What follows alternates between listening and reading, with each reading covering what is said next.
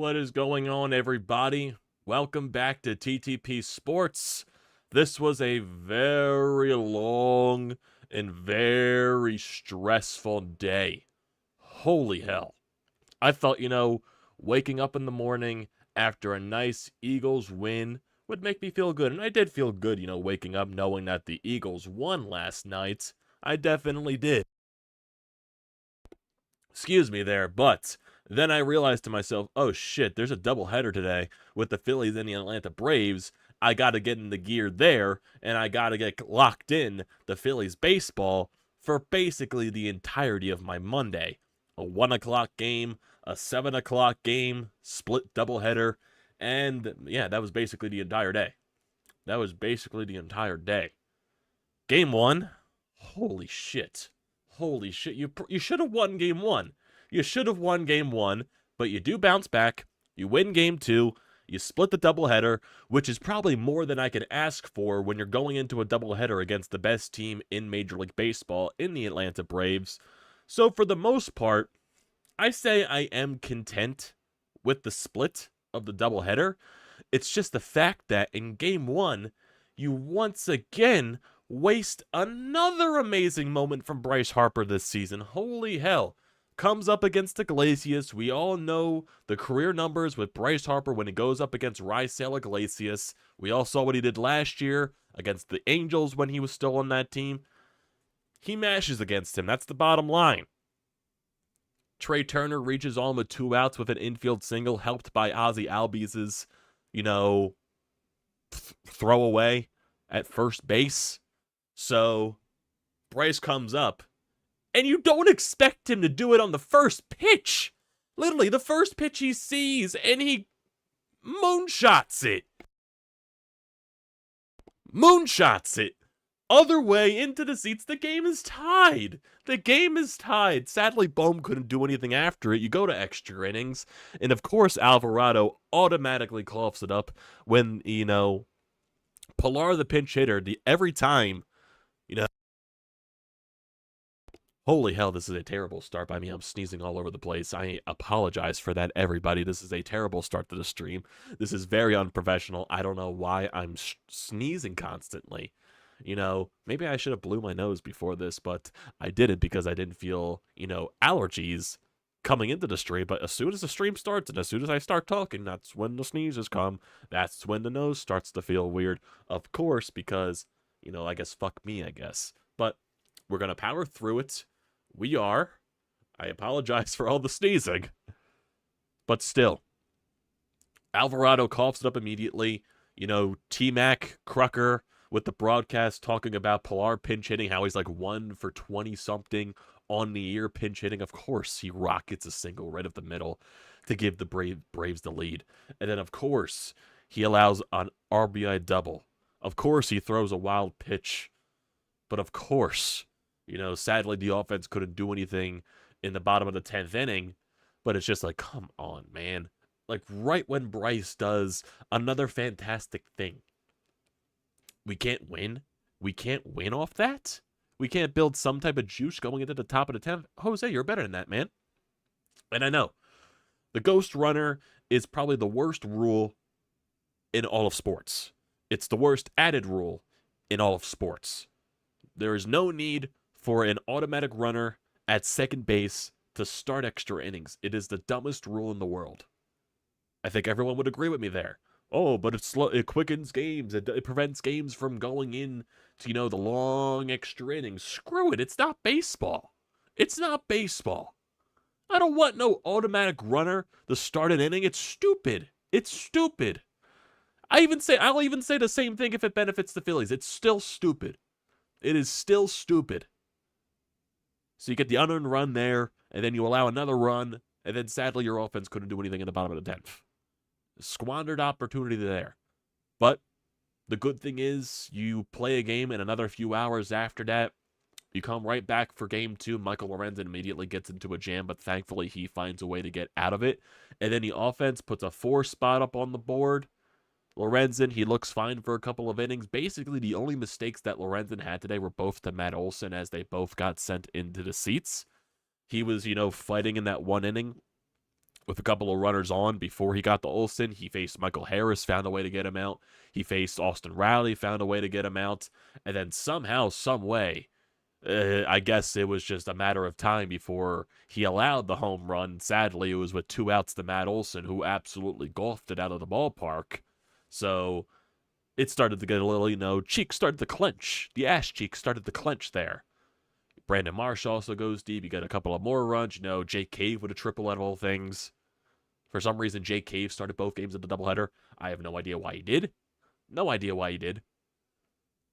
But still, then your bullpen, Hoffman does Hoffman things that looks really good. Soto, in my honest opinion, I thought he looked fine in his inning until, he throws an 0-2 hanger. One of the easiest pitches to hit. 0-2 slider that hangs right over the middle of the plate to Harris, and he crushes it. And besides that, Soto looked fine. But then Matt Strahm actually had a really dominant inning. And then Craig Kimbrell probably looked the best that he's ever had in the past couple of weeks in the 9th. The one thing I was really afraid of was in that top of the 9th inning was getting it to a Ronald Acuna Jr. because they were in the bottom part of their lineup. Of course, it gets to Ronald Acuna Jr., but I guess Craig Kimbrell had the balls. He had the balls. He was not afraid of Ronald. He was not afraid of Ronald. Thankfully, he chopped one right to Jake Cave at first base. Thankfully, that was the case. And you get a nice little win in Game 2, and you split the doubleheader. We all know it's tough to sweep doubleheaders, so majority of the time, I think both teams just look into a doubleheader going for a split. That's probably the most expectations that they have if you find a way to sweep a doubleheader. That's basically the icing on the cake, but the Phillies really did have a chance to win both of these games. The pitching in Game 1 was not good. Taijuan Walker was absolutely terrible. His command was all over the place. Did not have command of the fastball. Did not have command of the splitter. Andrew Bellotti comes in, allows back-to-back home runs. It's not good. Seriously, Dylan Covey was the best reliever that you brought in for that game. Seriously, Dylan Covey was the best guy to come out of the bullpen because Bellotti was not good. He pitched inning in 2/3, allowed those back-to-back home runs. Alvarado wasn't good. Covey was the best guy, and he pitched 2 innings. He only allowed 1 hit. On 18 pitches, he threw 14 strikes. In what fucking world is Dylan Covey your most reliable reliever in that game? Not in a billion years would I have thought that. But apparently that was the truth. Taijuan Walker in Game 1, 5 1/3 innings, 6 hits, 6 runs, 5 of those earned. One of those unearned runs was because of a terrible misplay out in center field by Jake Cave, which led to Austin Riley circling the bases for a, triple error inside the park or whatever you want to call it. Taijuan Walker probably should have got out of the inning, but sadly that wasn't the case. Sadly, it wasn't. 5 earned runs, 3 walks, 5 strikeouts for Walker, 103 pitches, only 53 strikes. So how many pitches did he throw for balls? I would assume 57. He threw 57 balls. That's not good. That is not good at all. He was not good. The command was absolutely terrible. And that just shows to go you right now how much I do not trust Taijuan Walker going into a starting role situation in the playoffs. If it's a wild card series, I would not trust Taijuan Walker with a 20-foot pole in a Game 3 of a wild card series. It just doesn't look good. I just don't trust it at all. Yeah. I don't even know who I would trust in a Game 3 because Wheeler and Nola are getting Game 1 and 2. As much as I don't trust Nola with a 50-foot pole either. He's going to get Game 2.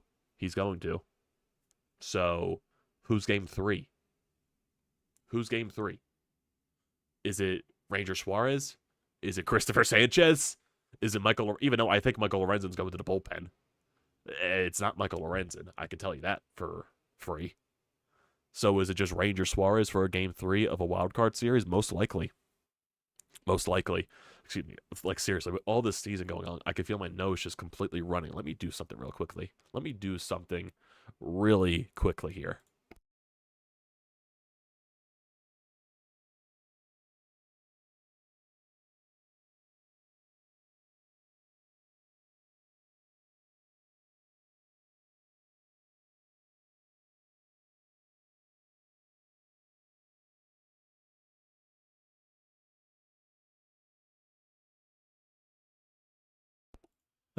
Just had to do that.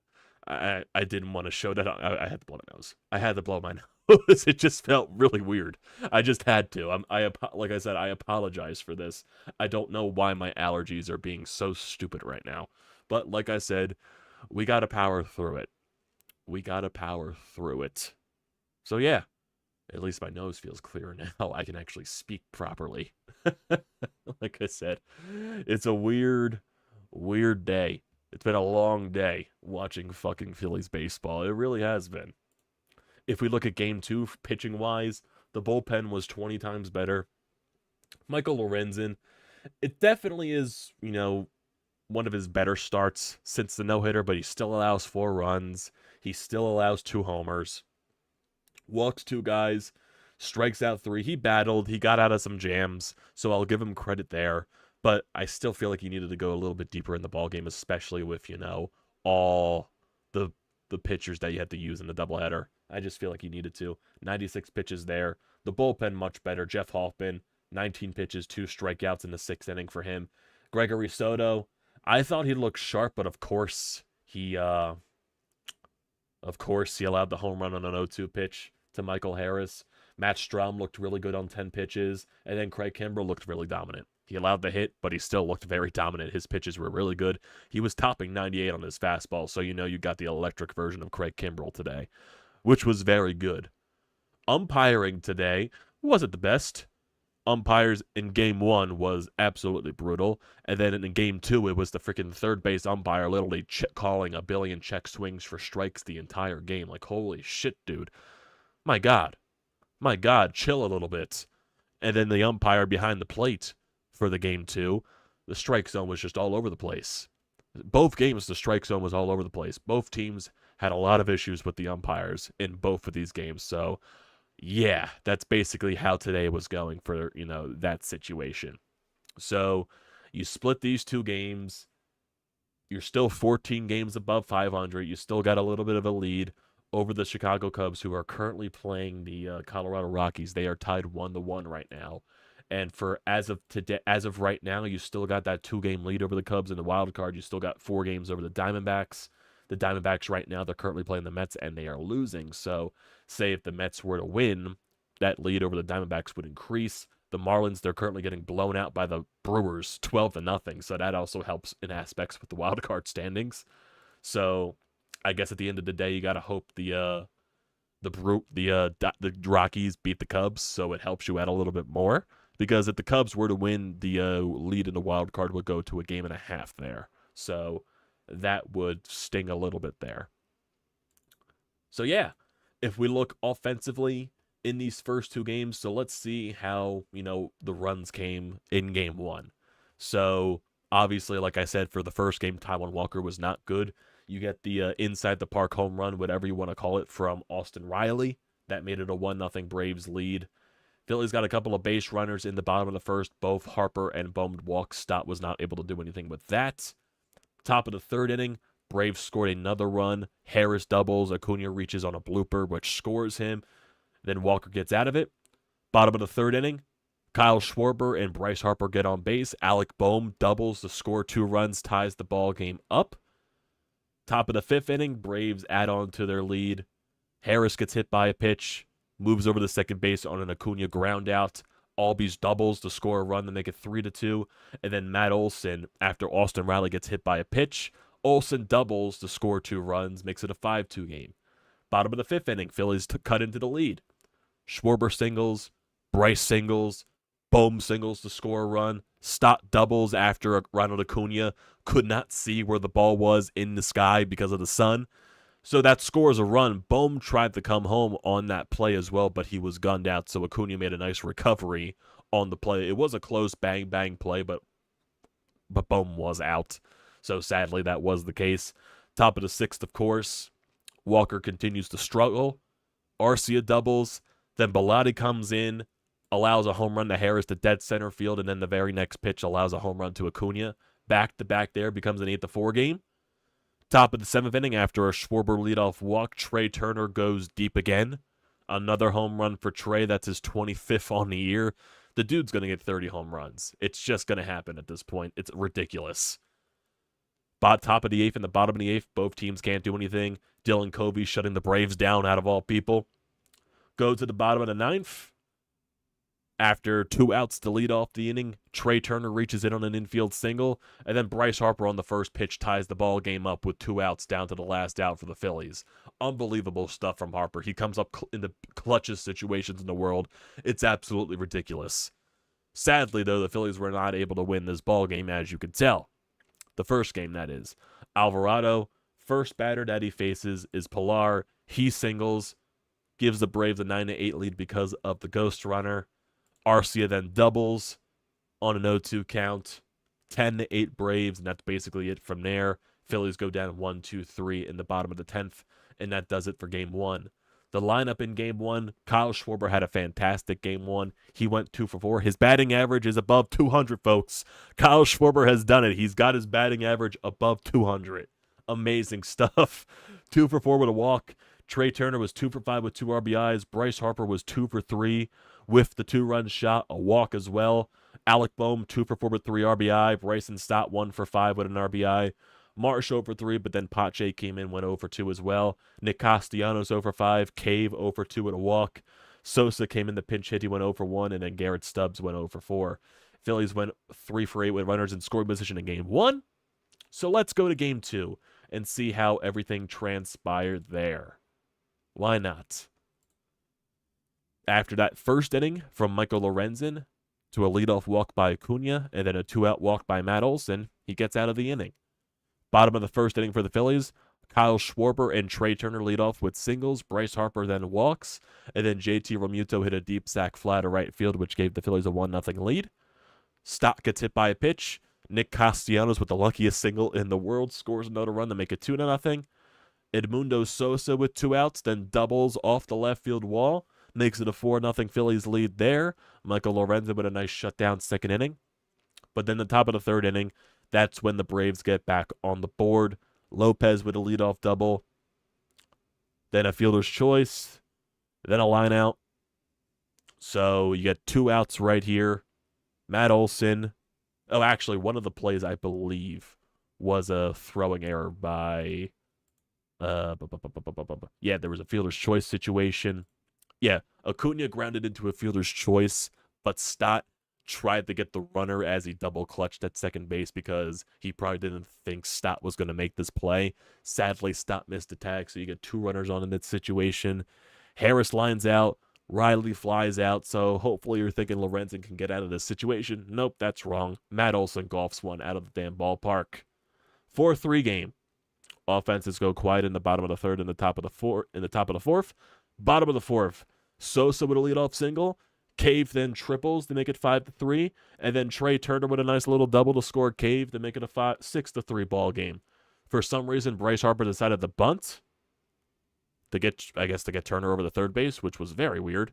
And then JT Realmuto barely missed a home run going the other way. Bottom of the fifth, Brandon Marsh with a nice 2-out home run, 7-3 ball game, but then Matt Olson responds. Off Lorenzen again. Solo shot, cuts the lead to 7-4. Bullpen comes in. Hoffman gets out of that inning. Top 7, Gregory Soto allows the 2-run home run to Michael Harris. Bottom 7, Phillies leave a couple of runners on. Don't do anything there. Strom in the top of the 8th goes 1-2-3.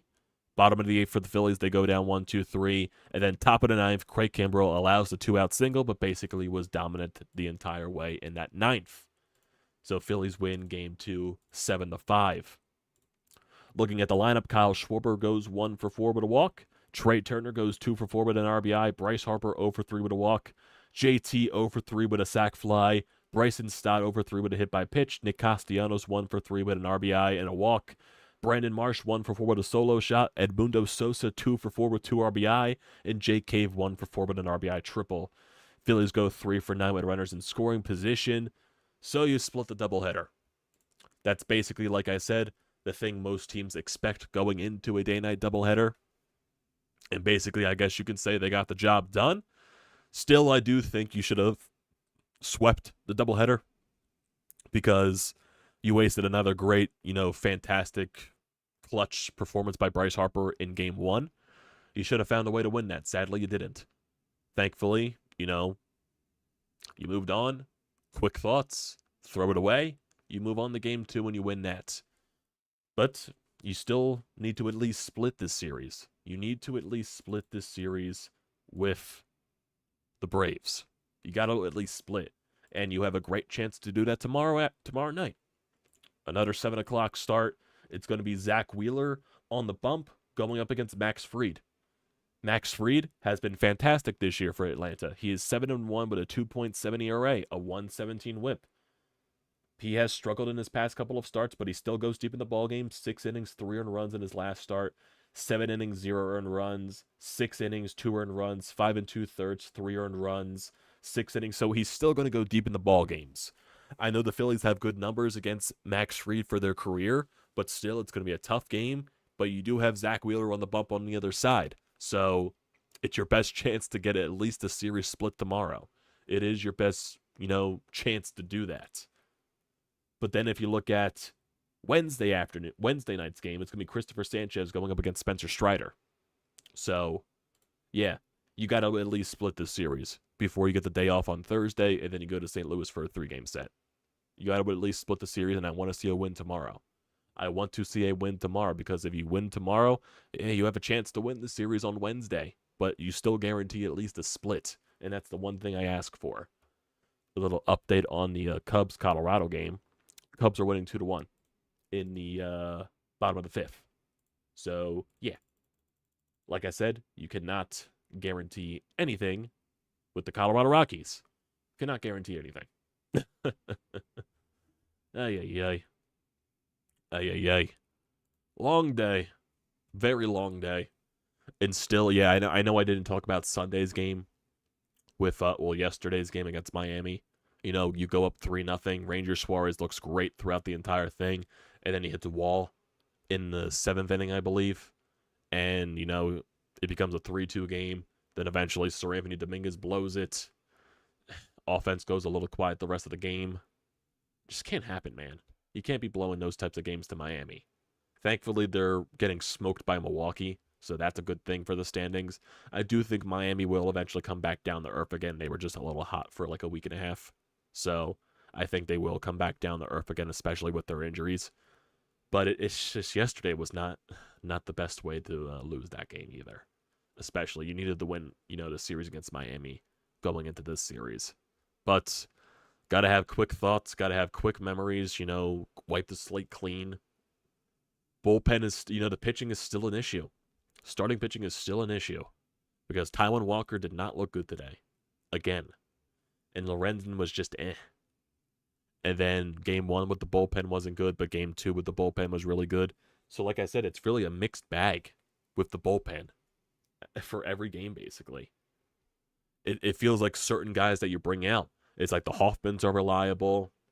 Covey, surprisingly, has been reliable, and I hate saying that because it's still in Covey. Kimbrel has been reliable more times than not, even though he has become more human. I'm trying to think. Strom is hit or miss. Seranthony is just completely lost. Jose Alvarado really has not been the same since the injuries, since the beginning of the year. Soto, he's very hit or miss. Who else? I know they brought up Junior Marte for the doubleheader. They sent Bilotti back down, so Bilotti just has not been good this year.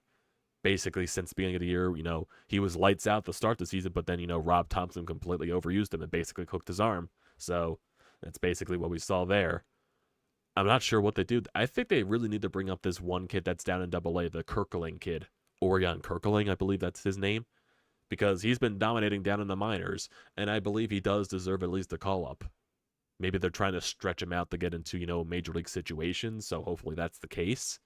But I think they need some extra arm to supplement that bullpen. I know if they do bring him up, he probably won't be available for the postseason roster because I'm assuming got to play at least a certain amount of games to be activated for that. But it's better than nothing because you just need another look in that bullpen. Because I'm sure there's a lot of guys that are just gassed from a lot of usage this year. Seranthony obviously isn't the same as he was last year. Nowhere close to it. He's basically last year's version of David Robertson. And Hoffman has turned into last year's version of Seranthony. It's basically they flipped the roles. Hoffman has basically been your most reliable reliever this year. And that's saying something. It is. Besides, like, from a long stretch of Craig Kimbrell, Jeff Hoffman has been your most reliable guy out of the bullpen. He really has. He really has. He's been that good for you. He's been that good. But it's something that you got to work out. You got to go through the kinks. You got to go through the motions. You got to figure it out. You do. And hopefully, in the next few weeks they do by the time the playoffs happen. So, what more else can you say? What more else? Go through the live feed. We don't have any voicemails on the hotline, so we'll get to that another day. Let's get to the live feed before we end off this stream. So, how you doing, Start? Yeah, it definitely was a better start for Lorenzen than in past couple, but he still got hit around a little bit, especially by Matt Olson. I knew if we didn't walk it off on the bottom of the ninth, then the Braves would come back and it was going to be impossible to shut the Braves down going into extra innings, especially with the ghost runner. Your best possible outcome was to only allow like one run, and then hopefully you tie it in the ninth and then tie it in the bottom of the 10th and hopefully win it there too. But sadly, Alvarado was not good. He just wasn't good. Braves are stupid good. They are on a mission, so I'll take a split. Yeah. I know it's very frustrating with the way they lost game one, but then you also got to compare. It's the fucking Atlanta Braves. They're the best team in baseball. They're stupid. They're stupid. Offensively, everything. It just doesn't make sense how good they are. So, I guess you could take positives that you found a way to be involved in the first two games of this doubleheader, both times, where you almost come away with a win in the first game and you found a way to win game two. So I guess you could take positives from that situation and you still can find a way to split this series at least, starting tomorrow. So maybe you could take that away for positives. We just got to see how the team performs tomorrow, especially Zack Wheeler too. He's definitely been very strong in his past few starts. Let's hope he can find a way to continue that. Gotta hope. I think Bohm got hurt in game one. I hope that's not the case. I hope that is not. I know there was a situation where he looked a little bit gimpy in the first game, but I really hope he didn't get hurt. Yes, I did see the Aaron Rodgers injury. I did see that. Jesus Christ, Jets fans cannot catch a break. They were so excited coming into the season. They finally have a quarterback, and he gets hurt. And it looks bad. It looks very bad. It looks like an Achilles injury. Jesus Christ. That fan base cannot catch a break. Holy shit. A smart manager would go Wheeler, Sanchez, Ranger, Suarez, Nola. Nola's getting game two. Nola's getting game two of a wild card series. It's already set in stone. It's already set in stone. Already. Ay. So, that's going to do it for today, everybody. I appreciate everyone for joining the chat as always. So don't forget to leave a comment in the comment section down below. Don't forget to drop a like. Don't forget to check out everything in the description. Don't forget to hit that subscribe button. It does me a great deal of service. Also use the code TTPSPORTS, $20 off your first purchase at SeatGeek. Great deal. Don't pass it up. Very long day of sports, everybody. Coming off of, the Phillies and the Eagles yesterday, and now a doubleheader today. Very emotionally draining. So you got yourself a doubleheader split. Win tomorrow.